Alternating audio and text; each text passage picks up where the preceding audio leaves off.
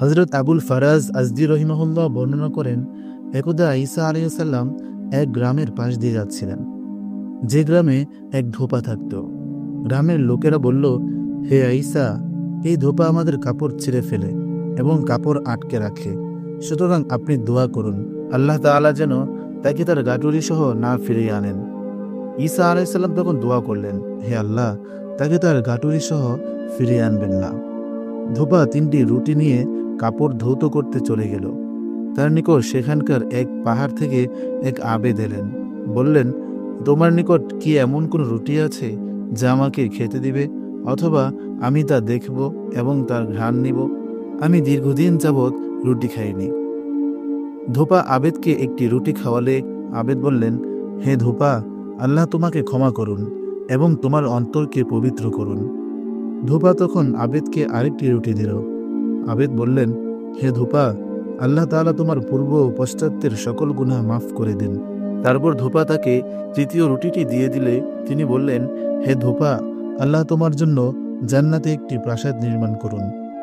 সন্ধ্যায় ধোপা সহি সালামতে গ্রামে ফিরে এলো। গ্রামের লোকেরা বলল, হে ঈসা, এই তো ধোপা ফিরে এসেছে। ঈসা আলাইহিস সালাম বললেন, তাকে ডেকে নিয়ে আসো। ধোপা ফিরে এলে ঈসা আলাইহিস সালাম বললেন, হে ধোপা, বলো, তুমি আজ কি আমল করেছ? ধোপা বলল, আমার নিকট ওই পাহাড়ের এক আবেদ এসে খাবার চাইলে আমি তাকে 3টি রুটি দিয়ে দিলাম। তিনি প্রত্যেক রুটির বিনিময়ে আমার জন্য দোয়া করলেন। তখন ঈসা আলাইহিস সালাম বললেন, তোমার গাটুরিটি নিয়ে এসো। ধোপা গাটুরি এনে তাকে দিলে তিনি তা খুললেন। দেখলেন তাতে লোহার লাগাম পরিহিত একটি কালো সাপ। ঈসা আলাইহিস সালাম বললেন, হে সাপ। সাপ বলল, লাব্বাইক হে আল্লাহর নবী। ঈসা আলাইহিস সালাম বললেন, তোমাকে কি এই ব্যক্তিকে ধ্বংস করার জন্য প্রেরণ করা হয়নি?